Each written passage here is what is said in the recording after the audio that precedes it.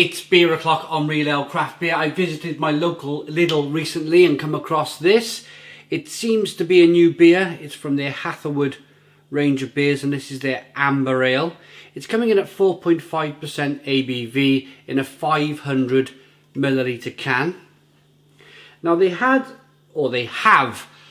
the regular Hatherwood bitter. They've had it for years up there.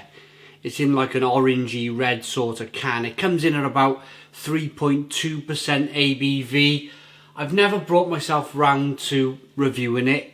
I've always thought to myself, I could be reviewing other beers than reviewing a 3.2% bitter from Lidl. Perhaps I should get round to it, but this piqued my interest. 4.5% ABV. Seems more of a premium ale than a wishy-washy, watery kind of bitter. So, without further ado, on that point, I hope it's really good. Let's get it out into a glass, see what we get. It's probably been brewed to compete with the likes of Shepherd Neame's Spitfire or Marston's Pedigree or Green King's Abbot Ale. It's that sort of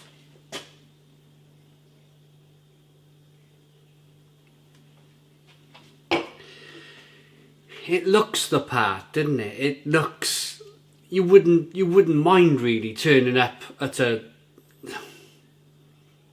your great uncle's party with a few cans of this. You'd fit in, wouldn't you? You'd fit in with them drinking their Spitfires and their Green Kings and their Pedigrees. It's that sort of beer. So we got a 2-finger fluffy white head. It looks a little bit unusual, to be honest, with the colour. It's quite, for an amber ale, it's looking definitely like a dark mild to me. That's dark mild. But I mean, that's promising. We might have a little bit of roasted malt in here.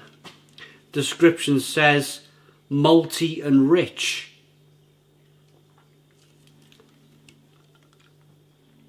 I doubt very much it's a can conditioned beer.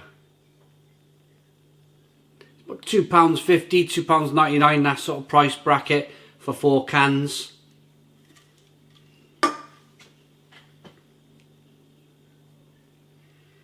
Yeah, it looks like a dark mild.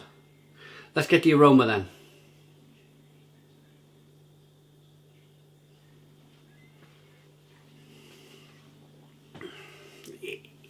It's got that aroma, an expectant aroma, something that you would expect from this packaging, the style of beer that it looks to be, even down to the size of the can, the 500ml can. They've gone, we're going to give you more beer for your money.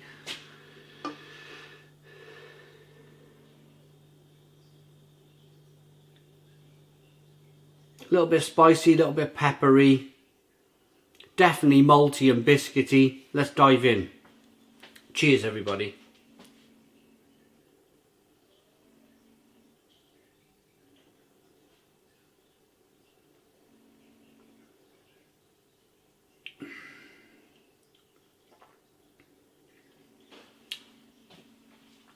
Whoa, wow. Wow. Four.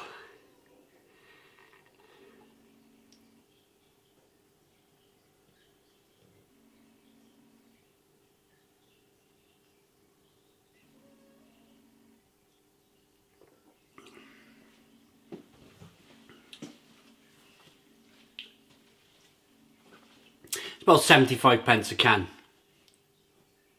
75, 150, no, it's less than that, it's about 60.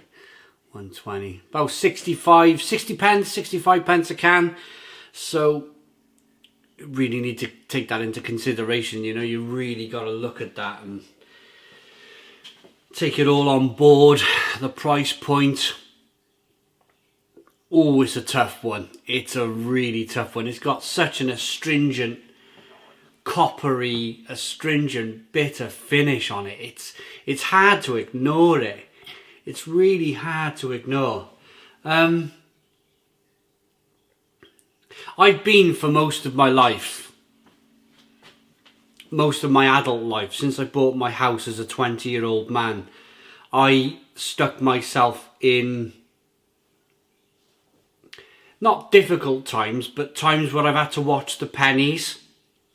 When you're 20 buying a house, it was a long time ago now, but I can still clearly remember the times where literally counting my last few pounds on the weekend to get myself just a few cans of something like this. So I totally appreciate, maybe somebody's tuned into this to think whether they should spend their last few pounds on something like this. So I totally appreciate where this beer is trying to come from, who it's trying to sell to.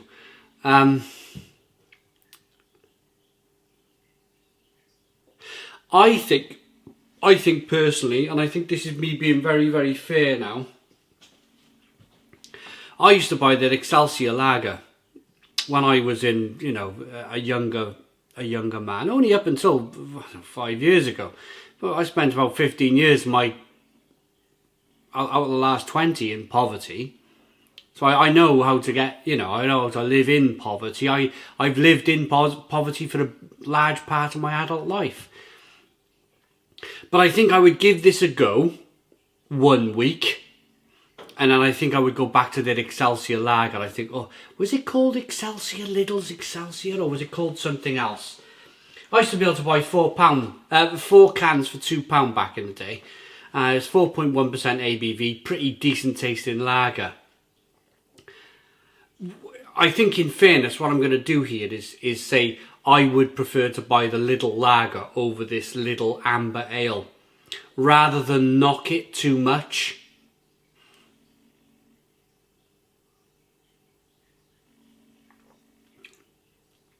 It has got a nice, good drinkability to it. You do get some roasted flavours, some malt qualities coming through, some biscuits, some breadiness. The carbonation pushes the beer around the inside of the mouth. The more I'm drinking it, actually, the more I'm settling into the pint. And I think that's what you do as well. If you're in that situation where you got your last few quid, I think you get the first couple of tastes and you go, oh, this is going to be hard to take. And then you settle in, you get used to it. It does have a very tinny, coppery, astringent, nasty bitterness to it.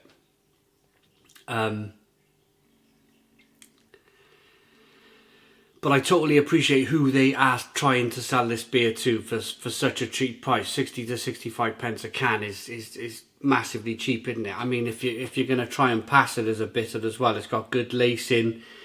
It's looking a bit wishy-washy. It's a tough one. It's a tough one. But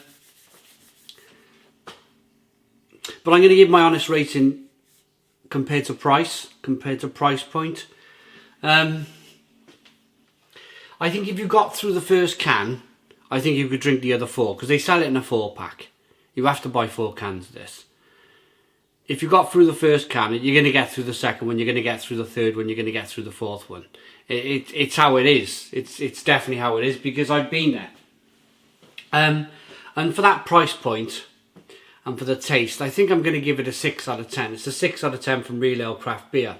Now, if I was looking at it just from a craft beer point of view, or just from a beer point of view, and rating it without taking price into inclusion in the review, then I'd take a few marks off. Definitely. It's just one of those beers that have been brewed for when you got your last few quid in your pocket. I hope I've been as sensitive as I possibly could with this beer review. I hope you liked the video. I hope you put your comments in the comments box. Maybe think about subscribing to our channel. Thanks for watching. Boom. Cheers.